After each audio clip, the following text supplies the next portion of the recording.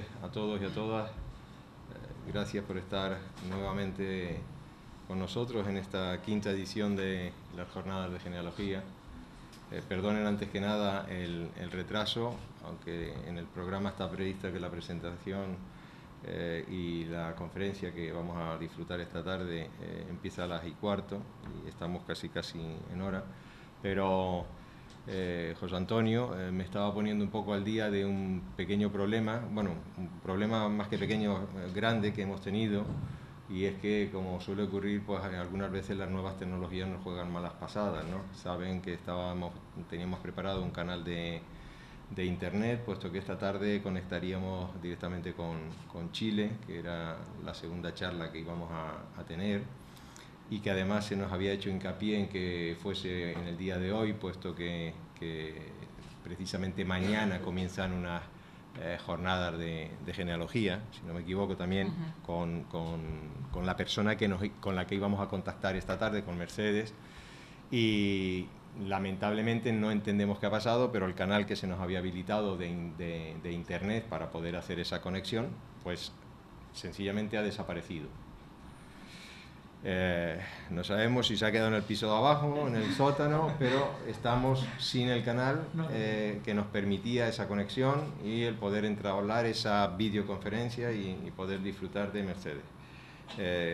Toño ahora les explicará la modificación que vamos a hacer en el programa y procuraremos mañana recuperar el tiempo perdido. Yo, antes de dar por abierta la jornada y de pasarle la palabra a Toño, a José Antonio, saludar a Miguel Ángel Fernández González, decirle que en alguna ocasión ha habido ciertos equívocos, porque yo soy Miguel Ángel Méndez Fernández González, y evidentemente se hubiese aclarado rápidamente, porque si me llega a tocar dar la conferencia a mí, la gente ya hubiese descubierto rápidamente que no era yo el ponente. Y a Sonia, que la tenemos ya aquí, que mañana también disfrutaremos de su charla. Bienvenido a Arona, a Tenerife, espero que disfruten. Estamos teniendo un clima que es poco usual en estas fechas, pero bueno, es lo que hay. Los turistas, y nosotros vivimos del turismo, principalmente los turistas que hayan venido lo estarán agradeciendo porque están disfrutando unos días en la playa excelentes. Bueno, me callo, José Antonio, si no te importa hacer lo pertinente, y yo me paso al otro lado. No te vayas todavía. Bueno. Sal de esa página, por favor, de ahí. Ahora sí, la retomamos. No pasa nada. Vale. Sí, minimízalo, por favor. Y ahora... ¡Uy!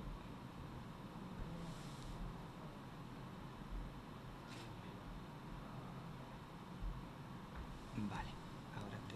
te pido hacer... Antes de que te vayas, sí, te pido hacer una... Bueno, ya que estamos casi... Bueno, buenas tardes a todos y nada, yo quería, como hago cada año, dar las gracias antes de nada a nuestro concejal de Cultura. Bueno, ya se está convirtiendo en una tradición esto de dar las gracias, y yo quiero que siga siendo una tradición porque realmente la organización de estas jornadas es magnífica. Aunque tengamos este problema ahora, pues bueno, detrás de esto hay muchísima gente. Mercedes se pasa los días aquí trabajando en esto, Berti, que ahora no está por aquí, exactamente lo mismo, y bueno, la organización es muy buena y la acogida que nos dispensan exactamente lo mismo. Por tanto, creo que un pequeño borrón no hace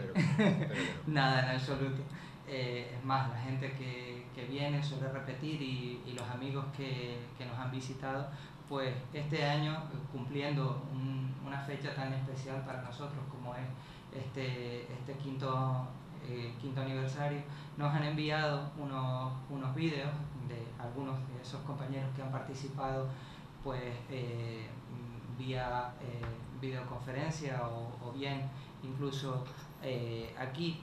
y queríamos un poco mostrarles eso antes de empezar. De todas maneras, sí que me gustaría, antes de eso, decir que bueno, que las redes sociales han funcionado muchísimo. Incluso el tuiteo y el retuiteo también hemos entrado por ahí y se han difundido muchísimo las jornadas. La verdad es que a pesar de que eso se haya hecho, seguiremos trabajando para mejorar día a día lo que pongamos por ahí. Con respecto al programa que decía el señor concejal, pues lo habíamos dividido de una forma un poco a petición de los conferenciantes, pero a petición de los conferenciantes quedó, digamos que la parte nacional o internacional en las 3 primeras conferencias y la parte local en las 3 últimas. Bien, debido al problema que nos ha surgido con la red y demás, hemos decidido pasar la conferencia de Mercedes Olivares que teníamos para después a mañana a las 7:30. Será de 7:30 a 8 menos cuarto, una cosa así. Es decir, nuestro programa será a las 5:30 Sonia Mesa con Internet y la revolución de la genealogía. A las 6:30 Febe Fariña, ya explicaremos mañana que por problemas personales Daniel García Pulido no puede estar con nosotros. Y a continuación a las 7:30, 8 menos cuarto un poco, porque es el tiempo que perderemos entre una y otra, conectaremos con Mercedes Olivares para desarrollar esa conferencia. Bueno, sin más, bienvenidos y vamos a disfrutar un momentito antes de que empiece Miguel Ángel de los vídeos. Son esos 3 que tienes por ahí. El primero, el que quieres.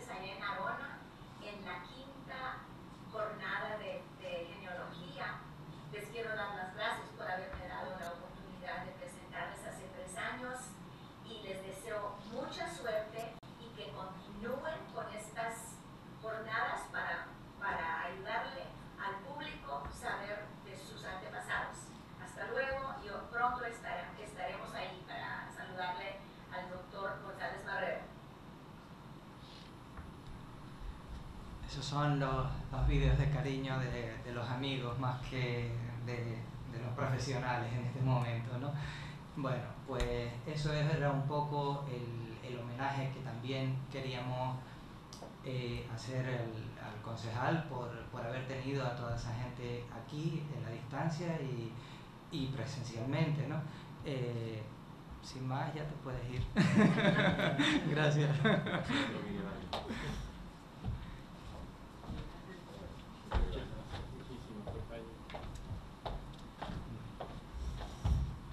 Bueno, yo voy a ir aprovechando para decir algo de lo que no tenía preparado y demás, porque el día ha sido un poco complicado. Bueno, Miguel Ángel Fernández, vamos a dejarlo ahí para no evitar. Es un compañero genealogista cubano, de origen cubano, vive en Madrid y la verdad es que entre las cosas que más me llaman la atención de lo que Miguel Ángel ha podido hacer es la digitalización de distintos archivos de la Iglesia, algo que me parece fantástico y por lo que estamos luchando muchísimos genealogistas en cualquier sitio, ¿no? Pero realmente me parece fabuloso que haya logrado digitalizar archivos en Cuba y que haya logrado digitalizar archivos en Galicia, ¿no? Miguel Ángel es socio fundador de ISPAGEN, de la Asociación de Genealogía Hispana, y además es profesor de la Escuela Marqués de Avilés, donde imparte pues, una de sus especialidades, la historia, la heráldica eclesiástica, y es de eso precisamente de lo que nos va a hablar hoy aquí. El título de sus conferencias es Heráldica eclesiástica, ciencia o arte. La verdad que fue muy curioso cómo decidimos, ¿no? El título de la conferencia. Hablábamos por primera vez por teléfono, lo cuento porque fue muy curioso, y empezábamos a plantear posibilidades. Y se nos ocurrió así, dijimos, bueno, anótalo, porque es muy bueno. Y así se quedó, o sea que nada. Sobre todo muy sintético. Sí. Bueno, bienvenido hasta tu casa y dispones de tu tiempo. Muchas gracias, Toño. Bueno, creo que dispongo de doble tiempo, porque si la audiencia no se aburre, podremos estar aquí hasta la hora que diga. Es para mí, primero que nada, un placer y al mismo tiempo un gran privilegio volver a pisar Tenerife. Hacía 13 años que no venía por aquí y esta vez no he venido como un turista, he venido pues invitado por la Concejalía de Cultura del Ayuntamiento por estos encuentros que van por su 5ª edición, o sea, ya tienen su año de graduación universitaria, o sea, sus 5 años ya terminados, cuando terminen estas jornadas pasado mañana, y Dios mediante yo creo que es un anticipo de futuro, porque el impulso que se le pueda dar a todo lo que es la genealogía y la historia familiar es sencillamente el conocimiento de la historia local, es sencillamente el conocimiento de lo que todos y cada uno de quienes tienen en este ayuntamiento sureño de Tenerife una parte enraizada con la tierra a través de las generaciones de sangre que han ido pasando por estas nobles tierras, y que en los casos que han emigrado, como lo que nos iba a hablar o nos hablará mañana Mercedes, o en los casos de otros muchos. Yo también soy tataranieto de canarios, todavía esa rama de la genealogía no sé de dónde es, porque para los que investigáis genealogía sabéis que muchas veces los escribanos del tiempo, en este caso los párrocos, eran muy caprichosos, y bueno, caprichosos, la usanza de los tiempos, como mismo hoy en día le pueden decir a alguien, ¿de dónde eres? De la península. Pues soy de Castilla y León. No, casi nada, 8 provincias. Entonces, de Andalucía, pues lo mismo. Entonces, pues aquí pasa lo mismo. Antes que en Cuba, pues estamos hablando del siglo XIX, cuando comenzó la primera oleada grande de migración allí desde las islas. Las había habido a lo largo de toda la época de la colonización española, pero en esa época fundamental del XIX, que se asentaron colonias enteras de canarios en las islas del Caribe, en Cuba, en Puerto Rico, las últimas reductos que quedaban de lo que había sido el gran imperio colonial español en América, y decían a la hora de bautizar uno de sus hijos natural de Islas Canarias, y ahí se quedaba todo, o sea, de cuál de las 7 islas, de cuál de las 2 provincias, de cuál de las 2 diócesis son, para poder dirigirse a los archivos que corresponde a buscar las raíces. Precisamente enlazo con otra cosa que Doño decía y se da pie a ello. Como los archivos no están digitalizados, pues no hay un índice general de todo para poder decir, pues voy a buscar a Francisco Herrera casado con Francisca Herrera, primos hermanos casados de un mismo pueblo pero que no se sabe de dónde, y ahí están los tatarabuelos míos que dejaron su descendencia en Cuba y que no se sabe de qué lugar de las islas son o eran, hasta que haya una digitalización total de los fondos y se descubra en qué parroquia nacieron hace justo 2 siglos atrás, a principio, en la década de 1820-30, en esta noble tierra canaria. Pero bueno, la genealogía seguro que no se nota que me apasiona, y es el tema al que yo más me he dedicado siempre, porque la genealogía es la que me ha traído a estos mundillos de todas estas ciencias auxiliares de la historia. Pero hoy el tema de mi charla aquí, precisamente por aquello que desdeñamos y aquello que se precisó cuando me dijeron, me invitaron y me sorprendieron para venir aquí, pues está un poco relacionado con mi trayectoria en la Escuela Marqués de Avilés. Yo llevo 10 años desde que me gradué, desde que me diplomé en la Escuela Marqués de Avilés, pero yo venía haciendo genealogía desde mucho antes, y mi genealogía es como para escribir un libro, como el de cualquiera de nosotros, pero es que yo de hecho estoy en España por hacer mi genealogía. Me crucé el mundo al revés, en vez de irme a hacer las Américas me vine a hacer las Europas, y vine traído pues por una parte de las ramas de la ascendencia de mi abuelo gallego, el que me da mi apellido Fernández, de un ayuntamiento, Ortigueira, en La Coruña, y emigrado a Cuba con 7 de sus hermanos, y entonces pues me vine acá,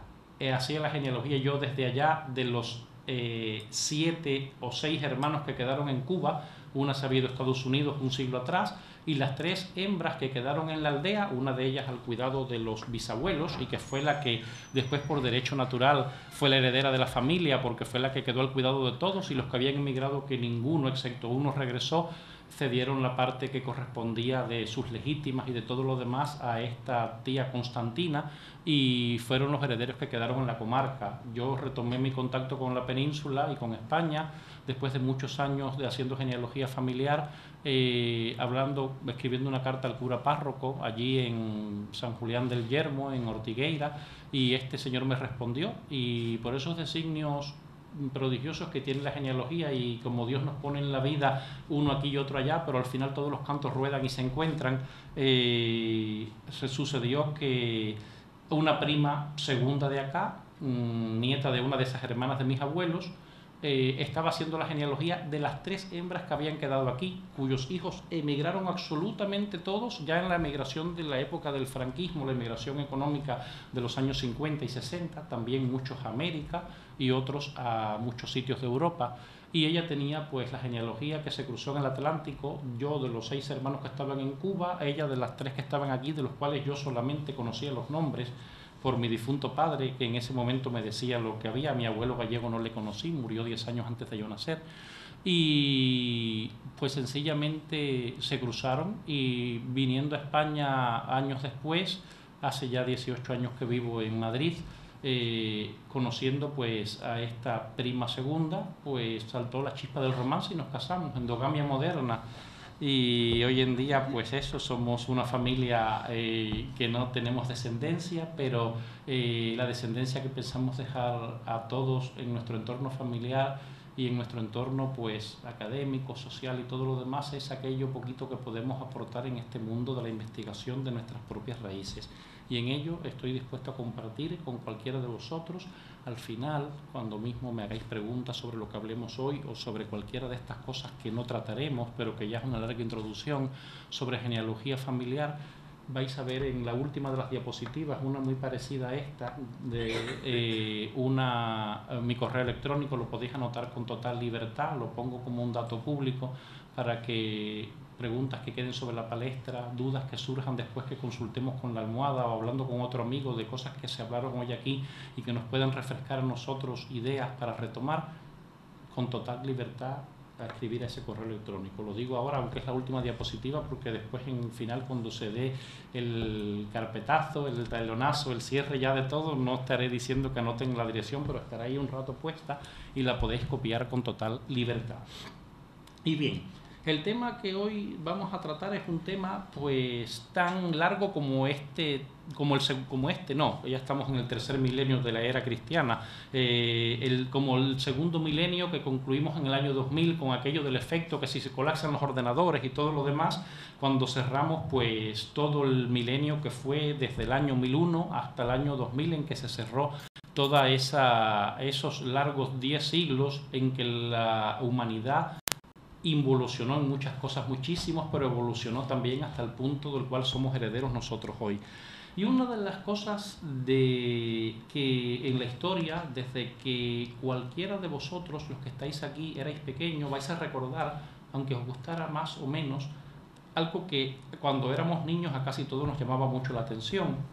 y a los varones quizás más que a las chicas, pero sé que a las chicas también por lo vistoso y los colorines que tenían, y eran los escuditos, aquellos que venían en los libros y aquellas cosas que venían de caballeros medievales con sus mallas y con sus torneos y con todas aquellas yelmos y escudos donde dibujaban pues muchos signos de identidad de las familias y de las dinastías a las que representaban, reinos incluso y imperios. En este caso, la heráldica pues fue una ciencia que apareció en un momento de la historia y según la documentación que vamos a ver de muchos siglos atrás, hay constancia por los documentos que han quedado para precisamente enraizarnos con la historia y saber en qué momento histórico comenzó a aparecer el arte o la ciencia heráldica, la ciencia del blasón, como signo de identificación de ámbito militar, ámbito caballeresco, en las sociedades feudales y que corresponden pues a los últimos años, quizás el último tercio del siglo XII. Hay algunos signos y algunos heraldistas que se empeñan en adelantarlo un siglo, al siglo XI, pero en los años 1000, 0, algo, no hay constancia del uso de escudos en documentos que hay, no muchos, pero hay bastantes a lo largo de toda Europa, que es el continente natural por la cultura avanzada ya que tenía en este sentido, donde aparecen los signos de identificación heráldica. Esta imagen que tenéis aquí vosotros ahora tiene pues una composición pues de estas que se van tomando entre las muchas que los libros nos ofrecen de elementos heráldicos que vienen pues de más de medio milenio atrás, perdón. En la primera, la cartela esta que vemos aquí, que es un dibujo así policrómico, muy bonito, muy llamativo, que describió en su momento Ulrich von Riefenstahl, un cronista alemán que hubo, pues vivió a finales del siglo XIV y hasta la primera mitad del siglo XV,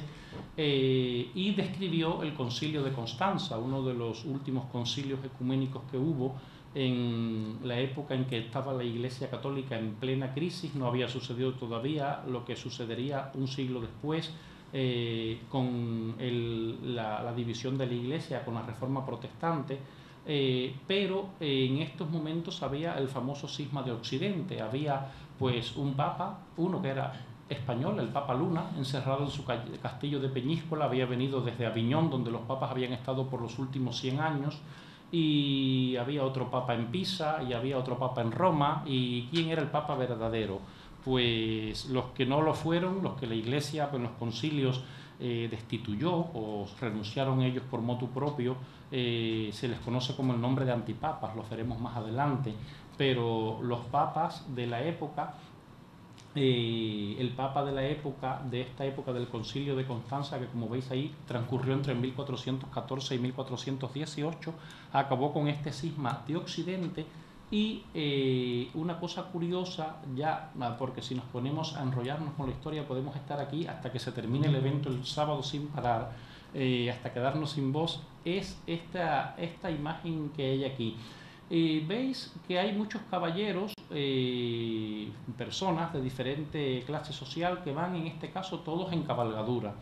Y veis que todos van astados, algunos llevan ciriales, o sea, unos cirios procesionales, o sea, como los mismos que se ven hoy en día en las iglesias, la masa que contiene pues la base del palmitato, del cirio, y en otros casos son lanzas en alto, y en otros casos vemos los capelos. Los capelos eran estos grandes sombreros, estilo sombrilla, que usaban pues los párrocos de los pueblos y los prelados, o sea, los obispos y los abades, precisamente cuando en la época en que el que tenía un caballo era un privilegiado, y se andaba por los caminos estos pues a pie por el mundo, y cuando había pues que ir a ver a los enfermos de casa en casa en una aldea o en un pueblo, pues en la época en que no existían paraguas, estos eran los que hacían las veces de estos grandes capelos que se usaban pues desde la época romana y que fueron derivando en esto, y que hoy en día solamente los vemos como su uso eclesiástico, ya desaparecido hace prácticamente un siglo. También vemos a la imagen de la izquierda de estas dos del libro del Concilium de Constance, este umbelino, o sea, esta gran sombrilla, que esta era de uso pontificio, o sea, esto es que el Papa es el que viene escoltado bajo esta figura, dirigiéndose hacia Constanza, la ciudad de Constanza, en el sur de Alemania, en la frontera con Suiza, para la inauguración de este concilio. Los caballeros o los heraldos, ujieres, que llevan estas astas con los capelos en alza, vais a ver que en sus montaduras hay unos pequeños escudos donde cada uno de ellos, en dos casos o tres, se ven pues o sea, las labras, el campo de lo que figura en estos escudos, y son la identificación para saber qué persona estaba detrás de ello. Este libro del Concilio de Constanza de Ulrich von Richenstahl nos lleva pues de lleno a una sociedad en la que, bueno, sí, se escribía en los monasterios, se escribía entre los escribientes que eran pues dentro de los burgueses de las ciudades, como las personas que destacaban en el sentido de anticiparse a las notarías modernas y todas estas cuestiones, pero que hubiese una crónica completa de decir todos los obispos del mundo que vinieron a la ciudad de Constanza, las armas que lo identificaban y todo lo demás en el año 1414, o sea, pues estamos hablando de 200 años y poco más después, desde que hay nociones y pruebas documentadas de la existencia de las armas, de los armoriales, de los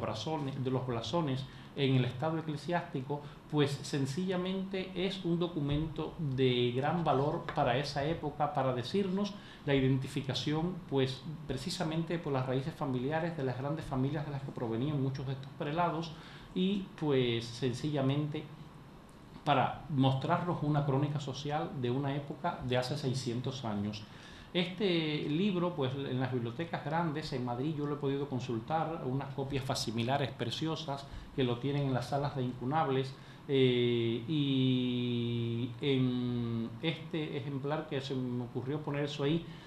por si alguno de vosotros está interesado en el tema y quiere pujar, lo venden en Christie's y tiene un precio de salida de unos 25.000 libras esterlinas o algo así, este librito en las ventas que hace esta sociedad londinense para subastar entre aquellos que quieren coleccionar este tipo de tesoros en su casa. Mejor es verlo en una biblioteca, de eso estoy convencidísimo.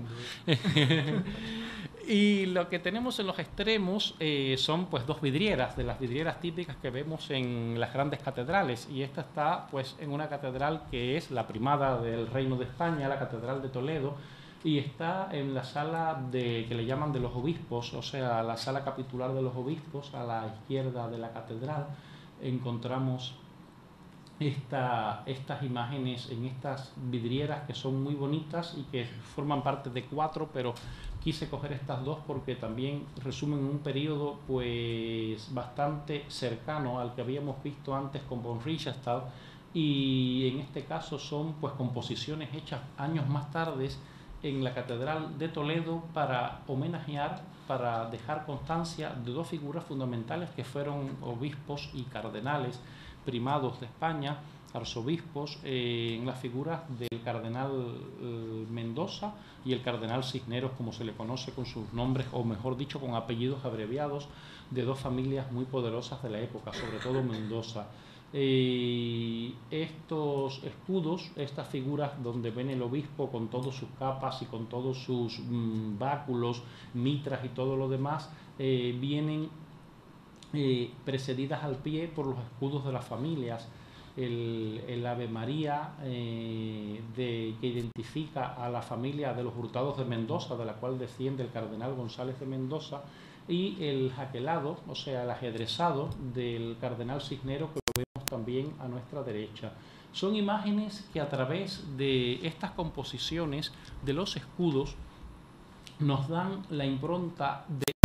con la historia que miramos de esa época y de saber pues las raíces familiares y el entorno del cual provenían cada uno de estos prelados que ocuparon grandes puestos o sedes más pequeñas en lo que era esta España que venía pues saliendo del adormecimiento del tardomedievalismo, feudalismo, y en la época ya dando al traste con la época pues medieval, entrando de hecho ya en la época moderna con la consolidación del Reino de España como nación a través de las diferentes uniones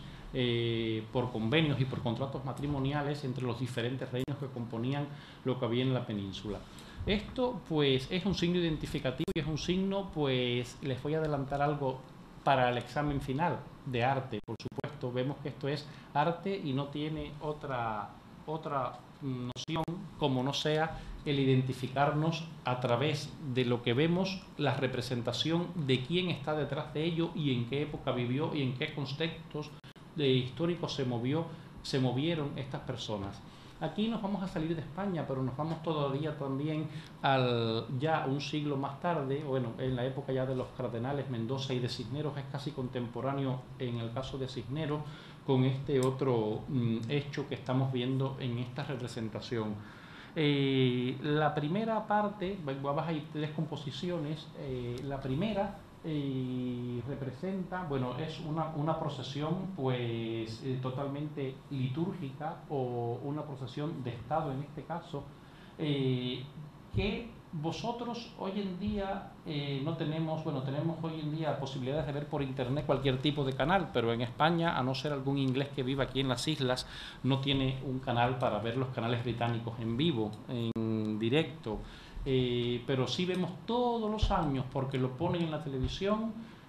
a la jefa del Estado británico inaugurando el año parlamentario. Vemos a la reina con todos los atuendos, con la cola de 7 metros del traje de armiño, con su cetro en la mano, con el báculo en la otra, inaugurando el año parlamentario. Pues esto que estamos viendo en este rollo es lo mismo que hizo su ancestro Enrique VIII y que dibujó este cronista de la época el 4 de febrero de 1512, o sea, hace 502 años. Que este documento se conserva y está muy bien allí en la cámara, en la biblioteca del Parlamento británico, y es un signo totalmente identificativo y que nos sirve en estas ciencias auxiliares de la historia, que precisamente es lo que queremos ir cuando vamos a las raíces personales que identifican cada uno de estos DNI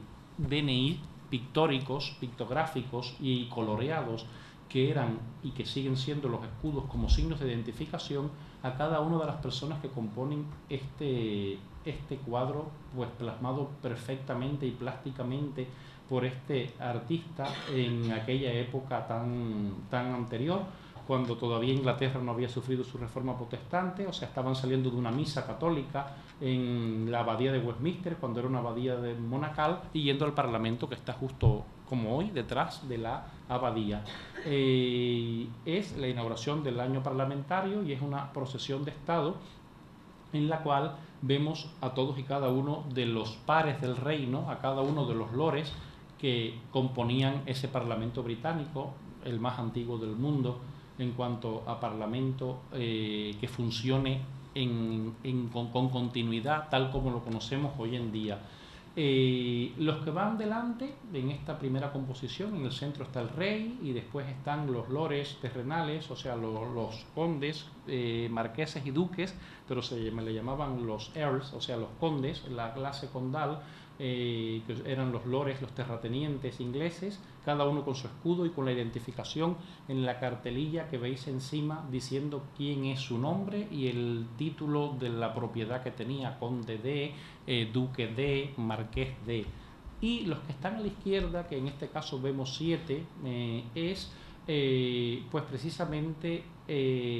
los lores espirituales, lo que se conoce pues en el Parlamento como los obispos, que eran una parte integrante del Parlamento por la parte espiritual que les tocaba a ellos, pero como señores también terrenales que eran de sus diócesis, y ahí están las identificaciones de cada una de ellas. Las vamos a ver de una manera mucho más ampliada esta primera sección en este cuadro que viene ahora y que nos conduce también a esta parte de la historia europea de medio milenio atrás. Aquí vemos ampliado lo que veíamos antes de la manera de la composición en la que está sacada esto. Tiene la huella esa en el medio porque es la portada de un librito que tengo en inglés de heráldica eclesiástica, y esta imagen no la conseguí localizar en internet. Seguro que hurgando más y dedicando más tiempo se consigue, pero ya sabéis que a veces nos juega malas pasadas, como ha pasado hoy con nuestra amiga Mercedes al otro lado del charco. Seguramente, como decía antes Miguel Ángel, ¿dónde se ha quedado la conexión? Como la Atlántida, hundida por algún lugar por ahí, habrá que buscarla y rescatarla. Aquí vemos la identificación de cada uno. Esto pues lo fui sacando de lo que dicen las imágenes de arriba, viendo el documento en original y viendo las cartelas que tiene, y sobre todo viendo la herencia que tienen las diócesis inglesas. Y aquí hago una salvedad porque, como digo, la historia está compuesta de muchos paréntesis. Yo soy químico y me dedico al mundo científico, y entonces, claro, pues cuando tienes que escribir una ecuación, una fórmula, tienes que usar todos estos signos algebraicos, pero en la historia no se queda detrás en este sentido. ¿Por qué? Porque hay que estar haciendo paréntesis constantes para ir acotando aquellas cosas globales de las que estamos tratando, para ir dándole el sentido de perfilarlo, de hilvanarlo con el sentido global de lo que estamos tratando, para que podamos comprender el alcance que tiene hasta nuestros días de hoy. Pues en esto que viene más que masticado, y es que lo tengo así ya hecho de algunos años atrás, para cuando las clases del curso de la Escuela Marqués de Avilés, de la parte que doy de apoyo a la heráldica gentilicia o la militar con la heráldica eclesiástica, pues hablo con los pupilos, con los chavales, con los interesados que vienen a las clases de este tema. En el Reino de Inglaterra, en la época de este rollo de la procesión, como se llama, era todavía la Inglaterra católica, o sea que los obispos que vienen ahí eran los obispos de las sedes que tenían pues nombrados por el Papa, con el acuerdo y contubernio del monarca local, pero que estaban en total comunión con Roma, y eran pues obispos nombrados directamente por la sede romana y petrina. ¿Qué sucedió? Después de la Reforma Protestante, que ocurrió 15 años después de esta fecha aproximadamente, 20 años después fue la ruptura total de Enrique VIII con Roma, pasaron a ser los obispos, lejos de lo que eran como funcionarios eclesiales, pero nombrados por el Papa, y dependiendo del Vaticano, como dependen los obispados en el mundo entero, a ser funcionarios del reino. El obispo, la gran ruptura de Enrique VIII con Inglaterra era que no quería competencias de fuera del reino, y él nombraba a los obispos directamente, y lo que hizo fue, pues le cortó la cabeza a los que no quisieron guardarle fidelidad, y a los demás pues les hizo jurar un tratamiento de fidelidad al rey por encima del Papa, y el Papa después poco a poco lo fueron desplazando hasta que hubo la ruptura total con Roma. Pero ¿qué sucedió? Lejos de lo que pasó con el luteranismo en Alemania, donde había comenzado toda esta revolución de los cambios que dieron al traste con la división del cisma grandísimo de Occidente posterior, que es el que conocemos hoy como la Reforma. En Alemania se abolieron las clases episcopales, o sea, la iglesia pasó a ser una iglesia de corte luteranista, o sea, una iglesia presbiterianista, donde solamente tienen el presbítero, el pastor, que es como el líder local y no hay nadie por encima de él, y cada comunidad es independiente entre sí, y lo que hacen es como federarse, lo que conocemos hoy a nivel político como federaciones o congregaciones de ciertas cosas que tienen rasgos en común. En Inglaterra no pasó así, pasó como en Escandinavia, donde se mantuvo el régimen episcopal, o sea, 2 obispos y con ellos presbíteros y diáconos a cargo. Y en Inglaterra se mantuvo absolutamente todo el andamiaje que había de la época católica en pie totalmente, y es lo que conocemos hoy como la Church of England, o sea, la iglesia anglicana, dividida en diferentes clases, altas, bajas y medias, pero con toda la herencia de aquella época. ¿Qué sucede aquí? Que esta curiosidad que vais a ver en los escudos, los vais a ver todos que son escudos partidos. Un escudo partido es un escudo que está partido, como bien dice, en 2, y vamos a ver una izquierda y una derecha del escudo. En heráldica, lo que nosotros vemos a nuestra izquierda es la derecha, y lo que nosotros vemos a la derecha es la izquierda. ¿Por qué? Porque cuando nosotros vemos un escudo lo estamos viendo como si estuviéramos viendo un espejo. La persona que lo lleva, esta es su derecha, y esto es lo que nosotros estamos viendo con nuestros ojos de allá enfrente como izquierda, y esta es la izquierda de la persona, y ustedes desde ahí están viendo esta parte de aquí como la derecha. Entonces por eso hay que tenerlo en cuenta a la hora de tratar heráldicamente una figura. La partición izquierda o derecha pues es una cosa muy común y que se ha mantenido como la tradición que había de la Iglesia Católica en Inglaterra, la época en que estaba la Iglesia, como digo, en comunión con Roma, y los días de hoy aún en la iglesia anglicana, la Church of England. Viene cada uno de los escudos partidos, pues una mitad, la que nosotros vemos a nuestra izquierda, la derecha del escudo, es las armas, el blasón, los armoriales de la diócesis, o sea, son invariables, eran así en esa época y así continuaron siendo después de la Reforma Protestante hasta los días de hoy. Eran las armas que tenían, o sea, como identificación de la diócesis históricamente continuó así, y lo que vemos en la otra partición son las armas personales del obispo, y esas por supuesto cambian cada vez que un obispo es o cambiado de una sede a la otra, o que renuncia o que muere. Entonces el que viene trae sus armas familiares o las armas de composición que quiera escoger a la hora de ser nombrado prelado de la iglesia, tanto en la época católica como en la época anglicana de Inglaterra. Entonces, en este sentido, nosotros vamos a ver una cosa muy curiosa, lo que está señalado aquí en amarillo. Los obispos que aparecen en esta procesión, que son estos 7 que vemos, y el octavo del cual yo puse el escudito, que se le ve solamente una esquina, y lo dibujé en el exterior, que es el que venía a continuación y que no lo coge esta parte de la pintura que reproducía la portada del libro de donde lo he digitalizado. Una cosa curiosa es que los obispos en Inglaterra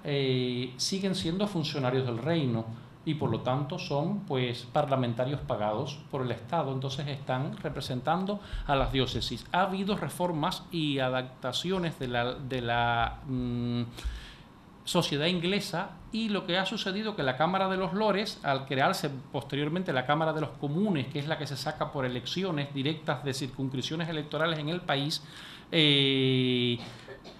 disminución del número de representantes que hay en cada cámara. Entonces, antes eran miembros de los lores espirituales, los señores que tenían pues a cargo lo que era el pastoreo espiritual de sus fieles. Se redujo en representación. No son todos los obispos del país los que forman parte de la Cámara Alta del Parlamento, sino parte de ellos. En Inglaterra, desde la época católica y que permaneció con el anglicanismo, habían pues 44 sedes y han permanecido inalterables en todo este tiempo. Después se han creado, después de la restitución del catolicismo en Inglaterra, pero eso se da en las clases, no se puede tratar en una charla, tratar de ello porque sería imposible. Nuevas sedes que son totalmente ciudades diferentes, que no tenían herencia, que en un tiempo fue católica y después continuaron siendo anglicanas, sino ciudades que han ido creciendo nuevos y son las sedes actuales de lo que es la Iglesia Católica en Inglaterra. Y casi siempre los escudos actuales que tienen estas componentes de lo que es la Iglesia Católica buscan algo en común de lo que en el territorio de la sede donde están tienen con las raíces de las diócesis que habían anteriormente. Entonces, muchas de las particiones que nosotros vemos aquí en estos escudos, donde vemos pues llaves, las llaves petrinas, donde vemos cruces, donde vemos cruces aspadas, donde vemos pues más llaves, donde vemos coronas, donde vemos flores, o sea, hay diferentes signos y atribuciones heráldicas, armas papales. Esos continúan inalterables como identificación de las diócesis, pero hoy en día, aunque los obispos ingleses ya no son todos partes del Parlamento, ahí resalté en amarillo los que cuando hice esta composición, quizás hace 3-4 años atrás, de estos 8 que en ese momento del año 1512 eran miembros del Parlamento, ahora el obispo de Rochester y el obispo de Exeter eran miembros del Parlamento en el momento en que hice esta composición, quizás hace 3 o 4 años atrás, porque cada vez que hay elecciones, pues se eligen y se renuevan, unos obispos salen y otros entran como representación de esta Cámara de los Lores, de la parte que es pues la vida espiritual del país en la representación de esto. El Parlamento más antiguo del mundo, el Parlamento de la sociedad democrática, como se dice, de definición para Occidente, porque incluso los franceses, después de la Revolución, de dar al traste con el feudalismo y con la monarquía, copiaron mucho de lo que eran los parlamentos, la clase parlamentaria inglesa, que siempre ha sido muy monárquica y que sí continúa siendo hasta los días de hoy, tomaron un ejemplo, pero en ningún parlamento de lo que nosotros conocemos en Europa, excepto los países escandinavos, donde el luteranismo es religión de Estado, y en Inglaterra, donde el anglicanismo es religión de Estado, forman los obispos partes del Parlamento, como que se nos ocurra decir aquí en España que un obispo fuera parte del Parlamento, como fueron hasta hace, pues, hasta la época del último de los reyes, antes de la Segunda República de Alfonso XIII, que había algún obispo que era elegido por las elecciones que se hacían en la época de las alternancias entre conservadores y liberales en el siglo XIX, como parte del Parlamento español. Pero bueno, esta herencia inglesa, y en ese sentido sabemos que los ingleses en raigambre no hay quien les gane, y en el sentido de conservar las tradiciones no hay quien se les ponga delante, porque las tienen bien conservadas y sobre todo escritas, que se pueden consultar década por década, siglo por siglo, y así llegan hasta los días de hoy. Esto es una herencia que tenemos en toda Europa, que vale la pena ver y hablar de ella y detenernos tanto en ello, porque son parte fundamental de lo que es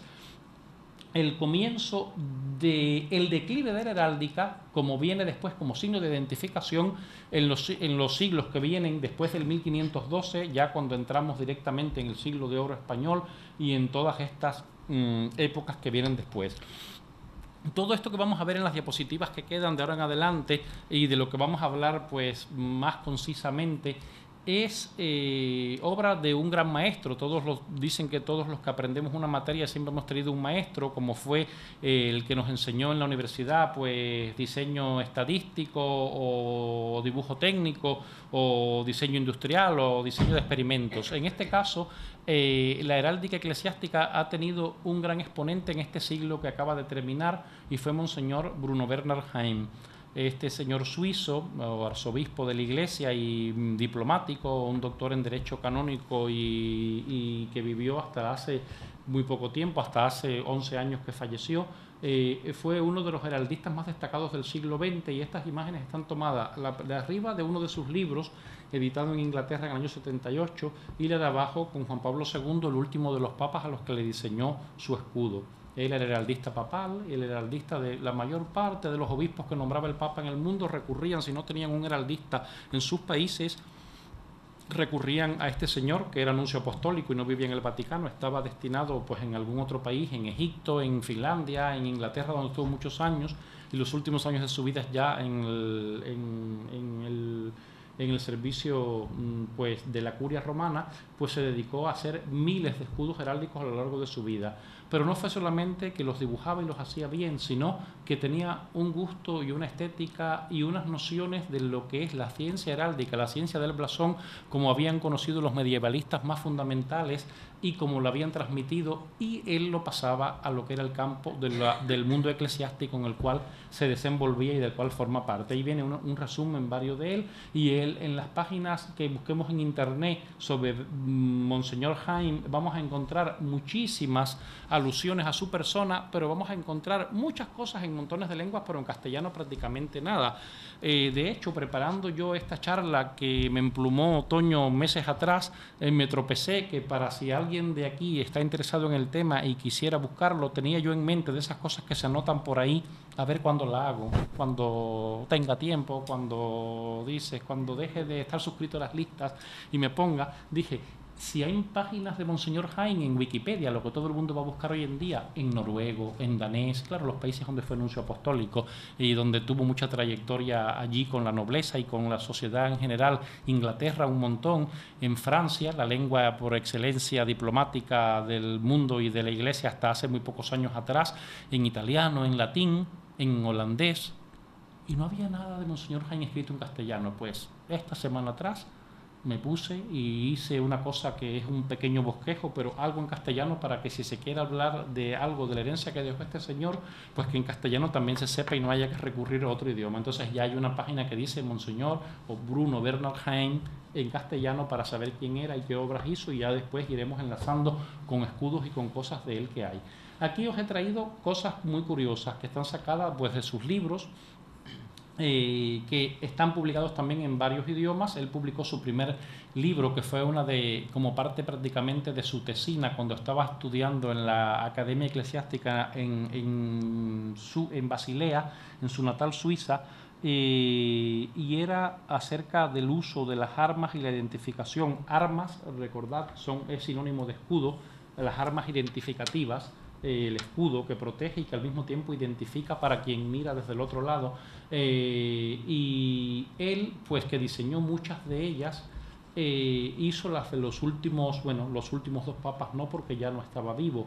pero los papas que conocimos todos vosotros en vuestra niñez, yo cuando nací que estaba Pablo VI, y el efímero pontificado del Papa de la Sonrisa de Juan Pablo I y el largo pontificado de Juan Pablo II hasta este mismo siglo y milenio, pues todas estas armas fueron compuestas por él. Y es el escudo, o sea, ahí lo veis, como lo tiene él en sus libros, las cartelas originales de la fecha en que fueron elegidos papas, el mismo día del cónclave, cuando se botó el humo blanco por la chimenea de la Capilla Sixtina, y en esa misma fecha, en cada uno de esos años, año 58, en octubre, la elección de San Juan XXIII, después de Pablo VI en el año 63, la de Juan Pablo I y Juan Pablo II en el mismo año 78. Juan Pablo I, como sabéis, con un efímero pontificado de 33 días, y Juan Pablo II con un largo pontificado de 28 años, 27 años. Y entonces, bueno, pues sencillamente aquí son todas las armas con diferentes variantes, con los usos, costumbres y tradiciones familiares y todo lo demás de cada uno de estas identificaciones.